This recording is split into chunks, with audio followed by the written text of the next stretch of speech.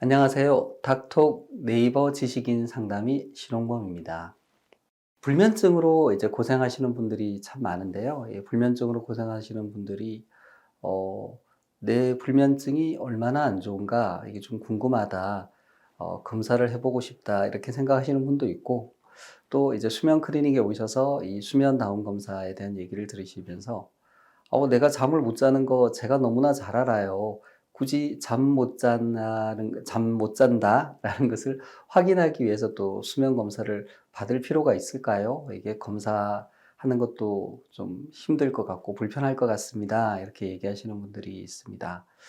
우리가 이제 의학적인 검사는 이제 진단을 확립하기 위한 것이고요. 또 진단에도 세부 진단이 있습니다. 우리가 불면증이라고 하더라도 불면증에는 또 종류가 있거든요.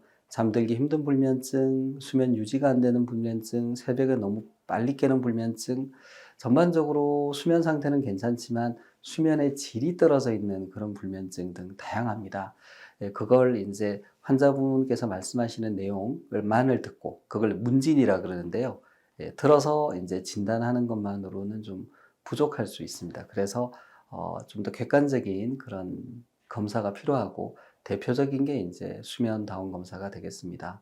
수면 다운 검사는 얼마나 못 자는지만을 보기 위한 것은 아닌데요.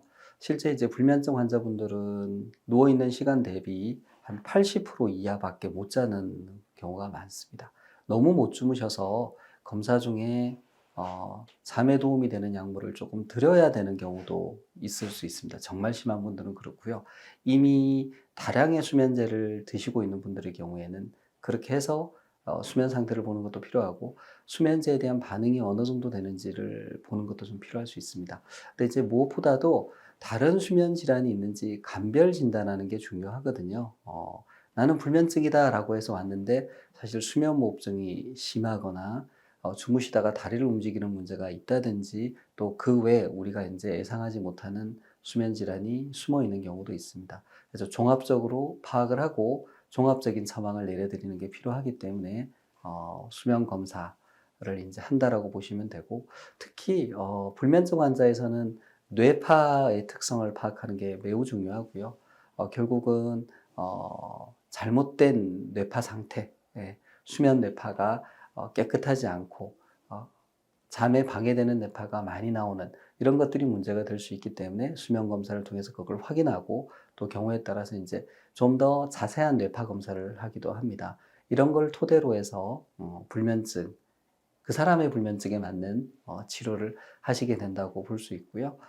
스스로 잠자는 힘을 기른다든지 뇌파를 바꾼다든지 이런 형태의 이제 접근도 가능해지게 됩니다.